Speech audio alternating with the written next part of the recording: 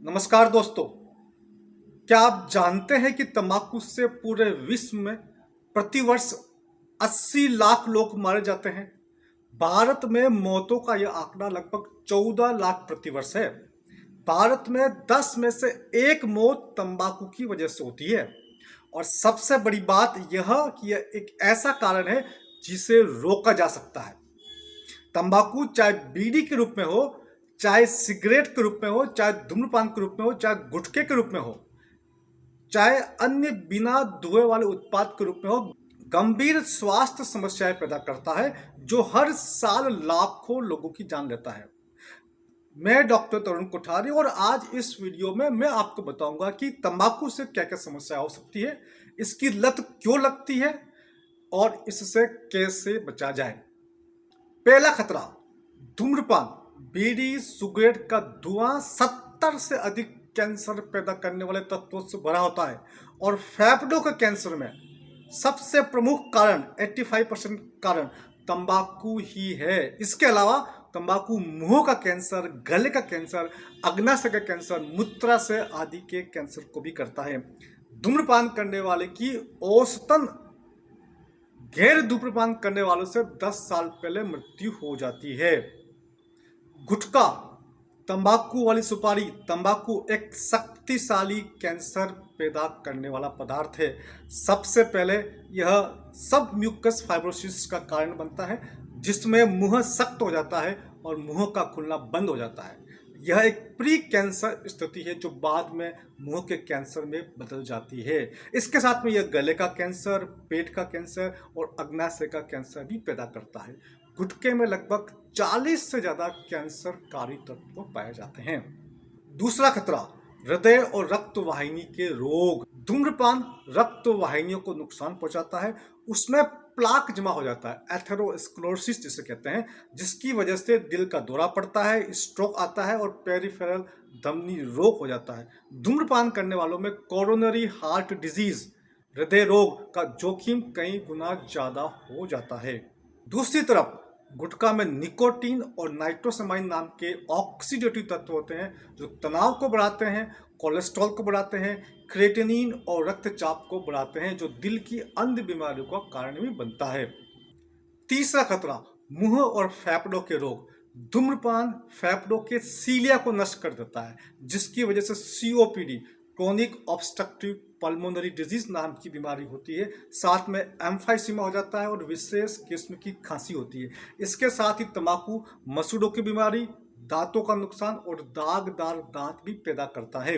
गुटखा सब mucus fibrosis के अलावा ल्यूकोप्लाकिया नाम की बीमारी पैदा करता है, जिसमें पहले सफ़ेद धब्बे बनते हैं जो बाद में कैंसर में बदल जाते हैं। मसूड़ों का सिकुड़ना, दांतों का सड़ना और सांस की दुर्गंध आदि का कारण भी बनता है।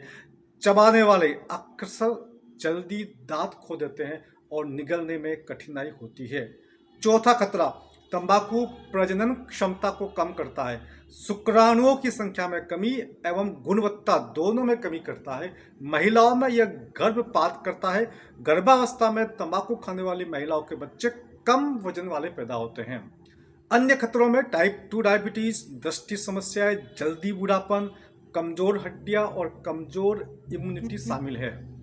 दोस्तों, आप समझते हैं कि तंबाकू की लत क्यों लगती है। तंबाकू में निकोटीन नामक एक रासायनिक पदार्थ होता है। जब आप तंबाकू या गुटखे का सेवन करते हैं तो यह निकोटीन दिमाग तक पहुंचता है और दिमाग में जाकर के डोपामीन नाम का हार्मोन बढ़ाता है।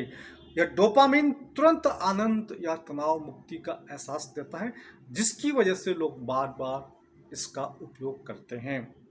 निकोटीन मस्तिष्क के रिकॉर्ड सिस्टम को हाईजैक कर लेता है। यह कुछ ही बार के प्रयोग के बाद लत बना देता है, खास तौर से युवाओं में जिनका मस्तिष्क अभी विकासशील होता है। शरीर धीरे धीरे निकोटीन का आदी हो जाता है। जब निकोटीन का स्तर कम होता है तो चिड़चिड़ापन, बेचैनी और तलब जैसे लक्षण उभरते हैं, जिससे लोग और तंबाकू लेने को मजबूर हो जाते हैं। लोग अक्सर तनाव, चिंता या बोरियत से निपटने के लिए तंबाकू का सहारा लेते हैं। तंबाकू की लत शरीर और दिमाग दोनों में बनती है। निकोटीन और डोपामाइन का मेल की वजह से इसे छोड़ना बहुत कठिन हो जाता है। तंबाकू की लत को कैसे रोका जाए? लत के कारण को समझें और जाने कि निकोटीन और आदत कैसे काम करती है। जब आप कारण समझते हैं तो छोड़ना आसान होता है। सकारात्मक विकल्प अपनाएं, तंबाकू गुटखा लेने की इच्छा होने पर फल खाएं, च्युइंगम खाएं, पानी पिए, सर्दियों में अदरक वाली चाय लें, व्यायाम करें, योग करें, मेडिटेशन से तनाव दूर करें। एक ही बार में छोड़ दें, यह सबसे उत्तम तरीका है। ठान ले कि आज से बंद, बंद मतलब बंद। अगर तुरंत छोड़ना मुश्किल हो तो धूम्रपान या गुटखा की मात्रा रोजाना कम करें। हर दिन की प्रगति को नोट करें। इसके साथ में परिवार का सहारा लें, दोस्तों का सहारा लें, काउंसलिंग करें या निकोटीन रिप्लेसमेंट थेरेपी का सहारा ले सकते हैं। निकोटीन रिप्लेसमेंट थेरेपी में निकोटीन पेच, गम, लोजेंज या नेजल स्प्रे तंबाकू की तलब को कम करते हैं। ये धीरे धीरे निकोटीन की मात्रा घटाते हैं, जिससे वापसी के लक्षण चिड़चिड़ापन, बेचैनी कम होते हैं। एक अध्ययन के अनुसार एनआरटी से तंबाकू छोड़ने की सफलता दर 50% से 70% तक बढ़ सकती है। ट्रिगर से बचें, उन जगहों पर जाने से बचें या उन व्यक्ति के संपर्क में आने से बचें जो आपको तंबाकू लेने के लिए प्रेरित करता है। उनसे दूर रहें। तनाव, बोरियत या सामाजिक दबाव में न आए। अपना ध्यान भटकाए। तलब लगने पर गहरी सांस ले, पानी पिए या 5 मिनट की सैर करें। यह तलब को कम करता है, जो आमतौर पर 3 से 5 मिनट में कम हो जाती है। तो दोस्तों, स्वस्थ दिनचर्या अपनाएं, समय पर खाना खाएं, पर्याप्त नींद लें और शारीरिक सक्रियता रखें। यह मानसिक और शारीरिक दोनों प्रकार की टोबैको क्रेविंग्स को कम करता है। दोस्तों, तंबाकू की लत को आज ही छोड़ें, क्योंकि एक स्वस्थ कदम आपके जीवन को बचा सकता है। उम्मीद करता हूं कि आप आज से तंबाकू को ना कहेंगे और अपने परिवार के लिए एक बेहतर, सुरक्षित और खुशहाल जीवन बना पाएंगे। दोस्तों, इसी के साथ मैं आपको 2 बातें और बताना चाहता हूं।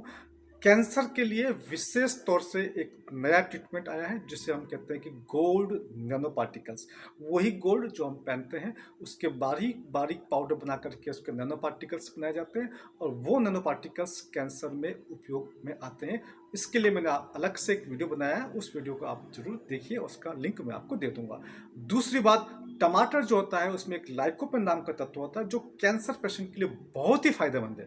दोस्तों, आप टमाटर जरूर खाएं यदि आपको कैंसर है तो। और ये 1% टमाटो डाइट क्या होता है, ये कैसे लेनी है, इसका एक वीडियो अलग से बना रखा है, उसे भी आप जरूर देखें। नमस्कार।